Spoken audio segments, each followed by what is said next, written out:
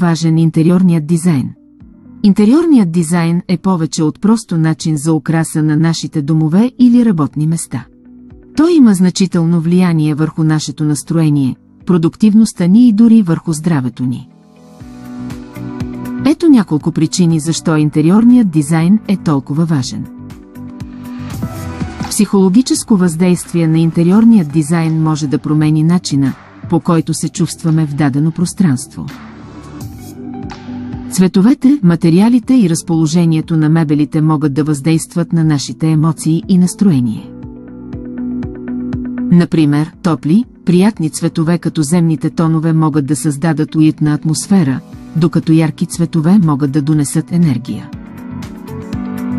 Как е свързан с нашата работа и продуктивност на работното място? Очаквайте в част 2.